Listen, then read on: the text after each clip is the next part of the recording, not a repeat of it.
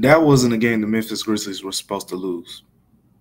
Not to a Brooklyn Nets team that was on the second leg of a back-to-back. Not to a Brooklyn Nets team that's probably not going to be in the playoffs. That was a bad loss. At home, at FedEx Forum. A lot of things went wrong. I talked to Taylor Jenkins about the rotation decisions.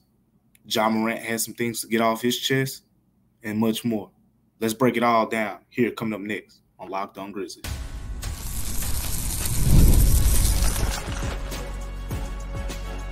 You are Locked On Grizzlies, your daily Memphis Grizzlies podcast, part of the Locked On Podcast Network, your team every day. What's going on, everyone, and welcome back to Locked On Grizzlies. I am your host today, Damichael Cole, beat writer for the Commercial Appeal here in Memphis, Tennessee. I want to thank you guys for tuning in to Locked On Grizzlies each and every single day with us. Remember that Locked On Grizzlies, your favorite podcast, now has a new newsletter, if you didn't know already, introducing the Locked On Grizzlies daily newsletter. It's the one stop for ultimate team and league coverage delivered right to your inbox. So right now, just sign up for free at lockedondaily.com. That's lockedondaily.com and start your day with the all new free Locked On Grizzlies newsletter. A disappointing loss for the Grizzlies, 119-106 to the Brooklyn Nets. As I said in the opening, this was a Nets team that was on the second leg of a back-to-back. This was a Nets team that traveled from New York all the way to Memphis after an overtime game the previous day. The schedule cards were all aligned in the Grizzlies' direction for them to win this game, and they didn't. And pretty much after the first quarter, even in the first quarter, the signs were there. But after the first quarter, they failed to take control at any point. They had a nice run there in the third quarter where they fought back, tied the game up and all that good stuff. But then Brooklyn responded and pretty much controlled the game, owned the game in the fourth quarter. And that was all she wrote for the Grizzlies in this game. Today's episode is brought to you by FanDuel. Remember that you can start the season with a big return on FanDuel. New customers can place a $5 bet and you'll get started with $150 in bonus bets if you win your first $5 bet. All you got to do is visit FanDuel.com to get started right now. Let's talk about this game against the Nets, and particularly I wanted to talk about Taylor Jenkins' rotation decisions. I know that's kind of where everyone is right now. Everybody has their opinion on Taylor Jenkins, and I'm going to get to mine as I kind of dissect this segment. So a lot happened in this game, and some of those things will kind of unfold and kind of unravel as we get through the show. But one of those things that we'll touch on now and kind of get deeper into a little bit later was Marcus Smart and Desmond Bane both started the game but did not finish it. Marcus Smart left, I think it was towards the end of the first quarter. Desmond Bane left early in the third quarter. So you did not have those two guys available. So your star players, pretty much your pop, I guess you would say. At this point of the game, you had Ja Morant and Jaren Jackson Jr. left. Jaren was cooking these dudes. He finished the game with 30 points. In the first quarter, he was unstoppable. This was one of those tailor-made Jaren Jackson Jr. games. The Nets play a small lineup where they put Ben Simmons at center. I don't even think Ben Simmons, is a good matchup for Jaren Jackson Jr., but he was the center. So Ben Simmons had to guard Zach Edey. So that put Jaren in an even bigger mismatch. Dorian Finney-Smith, Cameron Johnson. I think Noah Clowney at times got his shots at Jaren. None of those dudes could guard Jaren. The only dude that I think proven in the past on Brooklyn's roster that he could, hold his own against Jaren Jackson Jr. was Nick Claxton, and Nick Claxton was unavailable. He didn't even play. So with all that being said, I'm watching Jaren cook these dudes, right? Couldn't guard him. Ja Morant did not have his best game. I think he shot 5 of 16 from the field, couldn't buy a three-pointer for most of the game. Still had 11 assists at the end of the day, 14 points, 11 assists. But offensively, from a scoring standpoint, getting to the cup, he was getting there, wasn't finishing, really well. Had some turnovers, had 5 turnovers. It wasn't the greatest game for Ja Morant. But guess what? He was still +4. When he was in the game, the Grizzlies were better. Point blank, period. I say all that to say, you get to the fourth quarter, and this stretch stood out to me. The Grizzlies were up 98-93. I mean, the Grizzlies were down, excuse me. The Grizzlies were down 5 points, which makes it even more baffling. But the Grizzlies were down 98-93 in that quarter, in the fourth quarter. And Taylor Jenkins, Jaren Jackson Jr. was already resting. He had left earlier in the fourth quarter. This was about 9:50 left in the fourth quarter at this point. Jaren Jackson Jr. had already checked out of the game. Ja Morant, with 9:20 left in the fourth quarter, checks out of the game. And the Grizzlies are down 98-93. By the time Ja Morant checks back into the game again, with roughly 4 minutes left to play, it's too little too late. The Grizzlies were down 13 points when Ja Morant grabbed it. It was 12 points, and then and Nets had to shoot another free throw. They were down 13 when Ja checked into the game. They played the Nets even the rest of the way, but it was too little too late. Ja missed. He set out 5 minutes. The Nets took off, and it was so predictable. The reason I know the exact minute marks and everything is because as soon as Taylor Jenkins looked at Ja Morant and Ja Morant came out of the game, there was a little over 9 minutes left of the game. I bookmarked it. I said, okay, this is going to be important. Now, I said all that earlier with Marcus Smart, with Desmond Bane, with Jaren Jackson Jr. dominating to say there is no way. It is completely unfathomable to me that the Grizzlies in a 5-point game, in a close game, at any point of that fourth quarter, let alone for more than 3 minutes, from 9:20, I think Jaren Jackson Jr. checked in roughly around 5.5 to 6 minutes. There was a 3-minute stretch in that fourth quarter.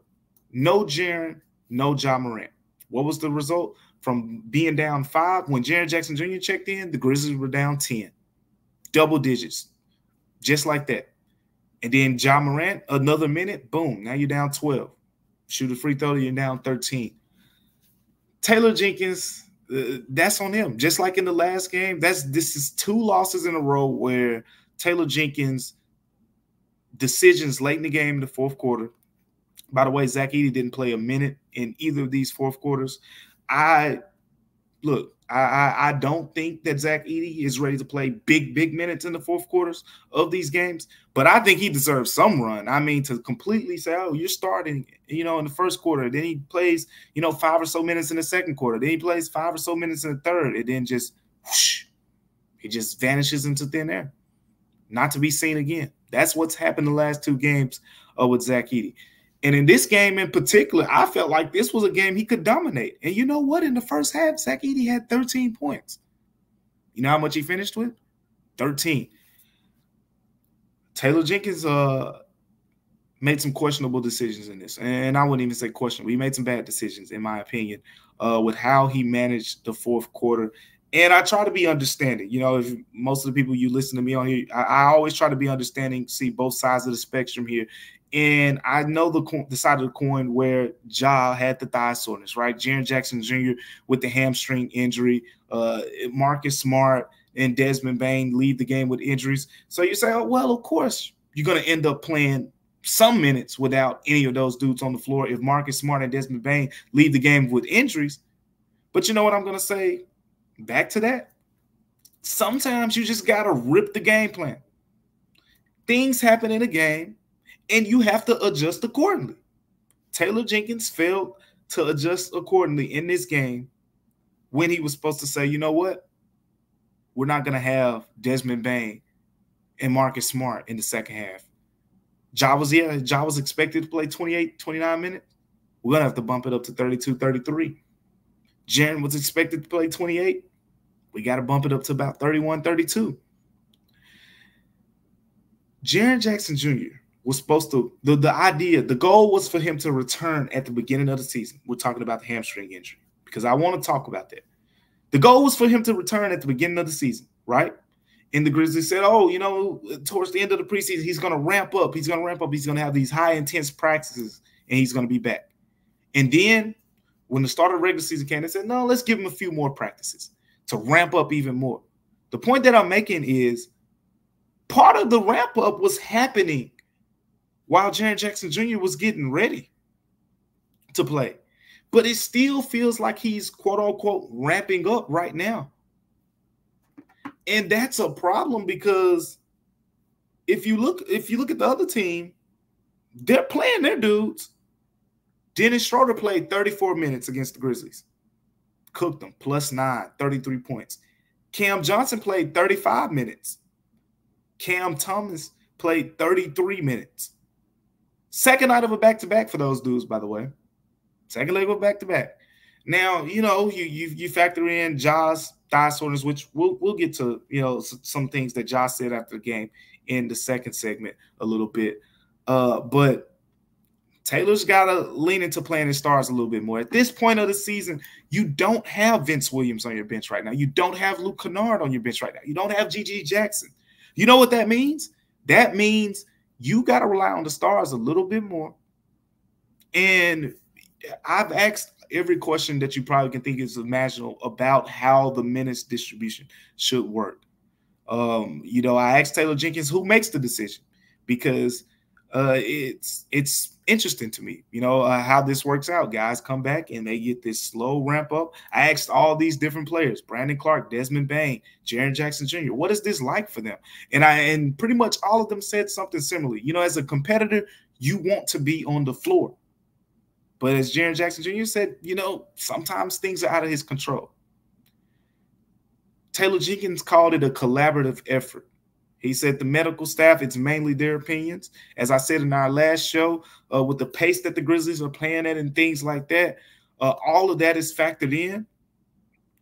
But there are other teams that are playing just as fast as the Grizzlies, and their stars are playing 32, 33 minutes per game already at this point of the season. So that's where I am. I'm not quite, the whole Taylor Jenkins should be out the door thing. It's way too early for that for me.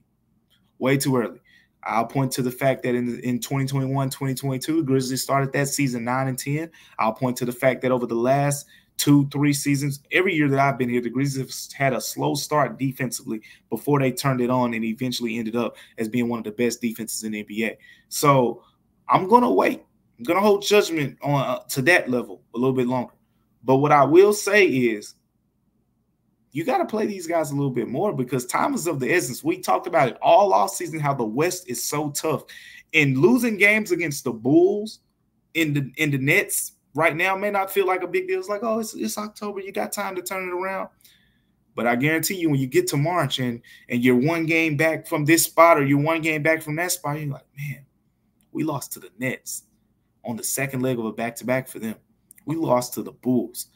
These things add up and they matter, especially in the Western Conference where you have so many good teams. This is disappointing for the Grizzlies. This is disappointing for Taylor Jenkins. It'll be interesting to see what these next 2 weeks, how much these star players play, because you can't keep playing them, at this number and expect the results to be different. If you're going to play Ja Morant 29 minutes, you're going to get the result of that. And the results in this case was Ja Morant was +4 in those 29 minutes. And when he was off the floor, the Grizzlies were very bad. Point blank, period. That's the way it worked out. Same thing with Jaren Jackson Jr. I think he was only -1. And when he wasn't on the floor, again, the Grizzlies were not a good team. So these things will have to be corrected in short order. It'll be interesting to see. I mean, I've asked Taylor Jenkins pretty much everything you guys can possibly think of about this. But Ja Morant had some interesting things to say, too, after the game as well. We're going to talk about what Ja Morant said here coming up next on Locked on Grizzlies. But before we get to that, today's episode is brought to you by FanDuel. Look, get ready to take the NFL action with FanDuel right now because FanDuel is America's #1 sportsbook. New customers, you can bet $5 and get $150 in bonus bets if you win. The FanDuel Sportsbook app gives you everything you need to place live bets on NFL games all in one place. So when you get a hunch in the middle of a game, you can check out the latest stats. You can view the live play-by-play and so much more on the same page where you place your bets. All you got to do is visit FanDuel.com right now to join. Again, you'll get started with $150 in bonus bets. All you got to do is place a $5 bet and win. If you win that $5 bet, you get $150 in bonus bets. All you got to do is check this out now at FanDuel.com. Never waste a hunch and make every moment more with FanDuel, the official sportsbook partner of the NFL. Next on Locked On Grizzlies, we're going to talk about Ja Morant and what he said after the loss to the Brooklyn Nets. Welcome back to Locked On Grizzlies, and we talked to Ja Morant after the game, and it was short. It was brief. There wasn't a lot to be said, and that was expected. This was a frustrating loss for the Grizzlies. This was a frustrating loss for Ja Morant. During the game, Ja was very vocal at different periods of the game, urging his teammates to, play with more effort, play with more energy. At one point he said, wake up, to his teammates. A couple of extra words on there that we can't say on Locked On Grizzlies, but he told his teammates to wake up. And, that was kind of his energy in this game. And Ja Morant himself, he didn't have the greatest game. He acknowledged that. He acknowledged the turnovers were a problem. Again, he shot 5 of 16 from the field, 14 points, 11 assists.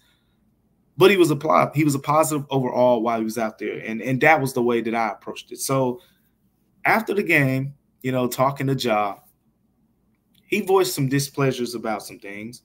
And the first thing that I want to talk about is kind of what we talked about in the first segment. I asked Ja, about the minutes distribution, right? And, I think the way that I framed the first question was, does he know before the game that he's going to play 28, 29 minutes? Like, are they telling him ahead of time, hey, Ja, you're not playing 35 minutes today. We're trying to slowly work you back in. And Ja's response to me was, hey, man, live with it. That's all he said. So I followed up that question. I said, how do you express? Because, right, this isn't just some, no disrespect to role players in the NBA, but this is the superstar point guard of the Memphis Grizzlies who has a lot of say-so.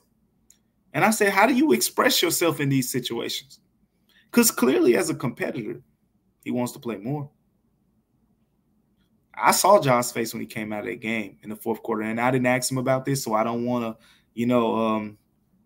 hint that he was upset or anything in that moment. But he didn't go to the bench like, yay, you got it, guys. That wasn't the case for sure. So, again, I followed up, and I said, Ja, how do you express yourself? And he paused, and he said, live with it. That's all he said. And when Ja paused like that, I've been covering Ja for a while now. I've been covering him since December 2021, 3 years. That's a situation where there was more to be said, but let me not say the wrong thing here. Let me not really get these things off my chest, because of if I really say how I feel right here, it's not going to be good for some people. That's how I took that. And he paused. When I said minutes, you know what Ja said? He said, As I was asking the question, I said, yeah, Ja, so with the minutes. He said, And I said it again. He said, He wanted to say more. I don't know if he wanted to say more to me, media, because, that's probably not where he should voice. In his, it's probably not best for the superstar point guard to voice his displeasure that way. It's best for him to go to Coach, Taylor Jenkins, go to the front office himself. Now the question is, will he do those things going forward? And then there was another part of this as well. Clearly, some of the things that, whether it be the fans or the naysayers, the critics, but clearly Ja Morant is reading, and, he said as much, to me. He said, I see everything. And there's good in that sometimes, from an awareness standpoint, but then there's bad, because you're not supposed to pay attention as a superstar to all this negative criticism, because at the end of the day, everyone's not going to tell you you're the greatest thing since sliced bread. Some people are strictly here to troll you, to bring you down and all those things. And Ja has to have that turn it off and ignore it syndrome, like Jaren Jackson Jr. has. Jaren Jackson Jr. It does not pay attention to any of that stuff. And quite frankly, he's not even aware that a lot of it is going on sometimes. Ja knows, and Ja is pretty much in the know anytime that stuff goes on. So in this case, Ja kind of went on a rant after the game when it wasn't a huge rant, but he was kind of asked, is it tough to find the chemistry with players when certain guys are in and out of the lineup. And Ja said, yeah, it's tough. But then he went a completely different direction, than I expected him to go. But he got some things off his chest. And he basically kind of talked about the fact that, he just missed the game on Monday, right? Due to thigh soreness. And he comes back, plays on Wednesday. And if you saw when he missed that game on Monday, I saw it, but I don't, dive too deep into it myself. There was some criticism, some drawback, because he had played that Saturday after being questionable due to thigh soreness, and then he misses a game on Monday after being questionable for the same injury.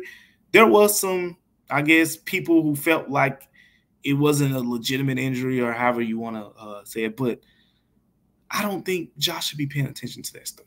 He should be paying no attention to it. But anyways, after the game, Ja basically, pointed out the fact that people are calling, people calling players soft and things like that, and how he felt about it. So here's what he said. He said, every time I play a game and I sit the next, people say, oh, you soft, or you ain't this, or you ain't this. And then when y'all got guys sitting out for longer and you want them to play, and it's like, oh, he should have sat out. I guess he's saying basically if an injury happens. Then he says, you got guys out here battling, and that's what you get for it. Y'all want me to play every game? All right. See you tomorrow. So I think that was more of a shot at people who may have challenged the notion that he wasn't really hurt on Monday, and whatever the case may be. But yeah, there's clearly some frustration there. Ja was dealing with a real injury. If you saw him on Saturday, he was grabbing at his thigh a few times and whatnot. He missed Monday's game. He saw how people react to it, came back, played this one, 5-16 shooting from the field. So I don't know if the thigh thing had anything, didn't even have time to ask him that. But we'll learn in short order, if he plays in this game, if he's going to be listed on the injury report against the Milwaukee Bucks and whatever happens there. But clearly, Ja is not pleased, I guess you could say, with the way that people received him and even other players, missing games. As Jaren Jackson Jr. said after the game, there's a lot that goes into, guys being ready or trying to get ready for a game. And that's true. There's a lot that the naked eye does not see, with the training, the workouts that they do, the morning workouts when they're trying to get ready, and all these things that they go through to be ready or to try to get cleared for a game. So all of that is fair, but I do not think it's in Ja's best interest to really be paying attention to certain things that are going to, quite frankly, just not be good for your mental, as a superstar, a player in the NBA. But coming up here next on Locked On Grizzlies, we got to talk about the Bucks Grizzlies preview in the next segment. Stay tuned for that here on Locked On Grizzlies. The Grizzlies will be back in action on today against the Milwaukee Bucks. And this is going to be an interesting game because of the fact that the Grizzlies aren't the only team struggling going into this game. The Bucks have lost 3 consecutive games. They have not played well as of late. And 2 of those losses actually are to teams that the Grizzlies recently lost to. They lost to the Nets and the Bulls as well. So both teams lost to teams that pretty much on paper they were expected to beat. Similarities and differences, pretty much, there are a lot of differences after that. The Bucks, in a different way, are top-heavy. Ja Morant, Giannis Antetokounmpo and Damian Lillard have been really good. They played like superstars. They played really good basketball this season. But no other Bucks player has scored more than 16 points in a game this season. Outside of Damian Lillard and Giannis Antetokounmpo, no other Bucks player has scored more than 16 points. To put that in perspective to you, players on the Grizzlies who have scored at least 16 points this season, you got Ja Morant, Desmond Bane, Santi Aldama, Jay Huff, Jake LaRavia, Jaren Jackson Jr. 6 players on the Grizzlies, only 2 on the Milwaukee Bucks, and it's the 2 you expect to do it, and that's Damian Lillard and Giannis Antetokounmpo. All that is to say that the Bucks are struggling with depth right now and some other things. But this is another game that's winnable for the Grizzlies, but it's a tough one because, quite frankly, we don't know who's going to be available. It would have been pointless to ask Taylor, but they'll figure it out today. The injury report will come out, I think, roughly 4 hours before the game. But will Jaren Jackson Jr. get the green light, right? This whole thing about limiting him coming back from the hamstring injury. Look, from what I've been told and what I believe, he has not been injured pretty much for a while now. It's all been about the ramp up, right? The conditioning. And if it's still about the ramp up and the conditioning, Jaren Jackson Jr. should 100% be playing, because conditioning means you need to continue to play. You need to continue to get the ramp up minutes in order for him to be a 32-minute per game, 33, whatever the Grizzlies want to play him at, to in the 30s, in order for him to be that player, because he deserves to play that much. He's an all-star caliber player. But Ja Morant as well. He's had this thigh soreness the last couple games, second leg of the back-to-back. What will that mean for him? Those two things will be important to answer in terms of what's next for the Grizzlies in terms of availability with those two guys. And it's going to be important because the other two guys, Desmond Bane, Marcus Smart, are unlikely to play. In the case of Marcus Smart, he rolled his ankle. And look, ankle injuries are tough to predict. I'm no doctor, and quite frankly, we just don't know enough yet to really kind of dive in on the severity. But I do know that certain ankle injuries, you walk off the floor under your own power, you say, okay, he's probably going to be okay. But then there's those other ones when guys hobble off and can't put much pressure on their ankle, and those are the ones that scare you a little bit more. And maybe it was just the pain Marcus felt in the moment. That could be the case. But he needed help getting off the floor. He was limping. He was hobbling around. He had to put his arm, around someone's shoulder to get helped pretty much to the locker room. And guess what? In the second half, Desmond Bane came out in this uniform. Marcus Smart had already changed clothes. He knew his night was over right then and there. Getting to Desmond Bane, oblique injury. If you know anything about obliques, you know obliques are nothing to play with. If you know anything about obliques, they can be re-injured, and if they get re-injured, it can come back uglier. Even if he is fine, again, we don't know much at this point. The Grizzlies are going to do the imaging. They're going to run the test. We will learn more about Marcus Smart and Desmond Bane in the next few days or whatever the case may be. But as it pertains to this game against the Bucks, because we're previewing this game right now, and we're talking about Desmond Bane, oblique injury, I highly, highly doubt he takes the floor. You don't play around with those, and you're probably not going to put a guy on the floor less than 24 hours, after he dealt with an injury like that. Desmond Bane has had some back things, a couple times in his career. At this point, I remember he was telling me about how he was doing certain things, to kind of withstand the length of an NBA season. I don't know what happened with Desmond Bane really there to cause the oblique injury. I know Marcus Smart stepped on Zaire Williams' foot, who we haven't even really got to talk about in this episode because there's just so much other things going on. But yeah, Zaire Williams returned and had a pretty good game against the Grizzlies. 17 points, came off the bench, had a game-high 4 steals, and got the W, which I talked to the Nets reporters after the game, and he said in the locker room that it was important. This game meant a little extra to him to come out with the W. So he got the W against the Grizzlies. They'll get a chance real soon to avenge that loss.